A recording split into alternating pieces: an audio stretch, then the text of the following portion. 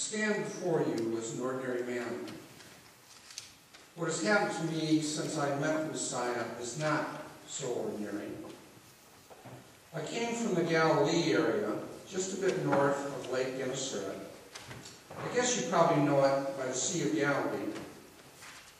Anyway, I'm a fisherman by trade, as was my father, my grandfather, and their fathers before them. I was living my life quietly, as usual, until he came into my life. I didn't know him directly. It was through a friend. My friends and I would go to the Sabbath, worship together, and afterwards have a fellowship meal. Our discussions always got around to the topic of the Messiah. Since young boys, we were taught that one day God would send us a Savior to change our world. The Savior would send evil and all its wicked forces to the outer darkness, and greatness would come to Israel, and all the peoples would have a better life. We believed it and prayed for that day to come. Imagine my amazement when my friend rushed up to me, all out of breath, and said, "He has come. He's really here." I said, "He who?" "The Messiah, the Son of God, the Holy One, come from God," he said. "How can you be so sure?" I said. He said, "Come, just listen to him and see for yourself." I went at once. There he was in the middle of a crowd. It seemed like he was always in a crowd.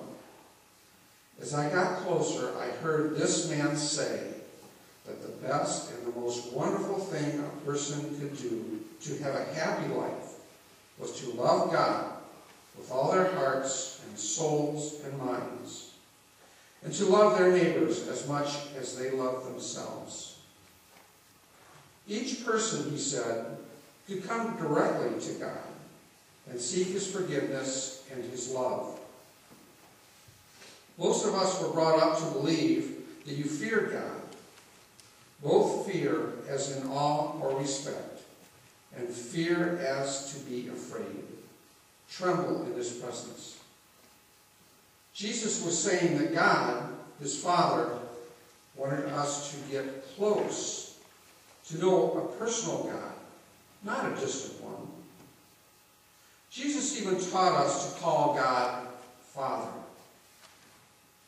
I don't know much about other languages, but the word he used for father in our language would be translated as daddy or papa.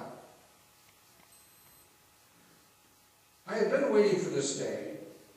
I know I had to make a decision. Was this or was this not the Messiah of my prayers and of my faith? I heard it in his sermons and stories. I saw it in the way he related to people. I saw it in miracles, and I felt it in my heart. I don't know how he knew what was going on in my heart and mind, but he called me. He clearly called me. He called me to follow him wherever he would lead. Would I and could I drop everything and follow him to an unknown future? Well, I did, of course.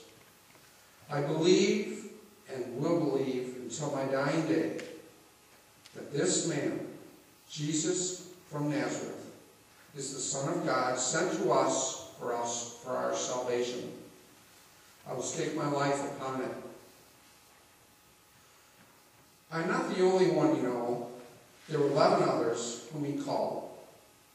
Along the way of our journey, we heard, observed, and were taught that this gospel is for everyone, not just a few.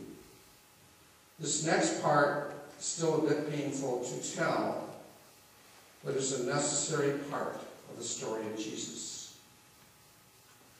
Some of us could see that the rulers of the church and the religious lawyers were disturbed by Jesus' teaching, and that trouble would surely come our way. I'm sure Jesus knew it, but he continued to speak to the hearts and the souls of our people. Some of us didn't want him to go to Jerusalem. This is where the main temple was located and where the Roman officials were stationed. But he went anyway. The day came when they arrested him, subjected him to a phony trial, mocked him, spit upon him, and even beat him. Then they nailed him to a cross. They buried him in a tomb nearby. But after 3 days, he rose from the dead. The rest is history. I and others are witnesses to his resurrection and ascension to God. I will speak his name with honor and pride. I will continue to tell his stories and speak his words about salvation to all I meet. I will go to the ends of the earth to spread the good news of Jesus the Christ. Thank you for the privilege to speak to you about my Lord.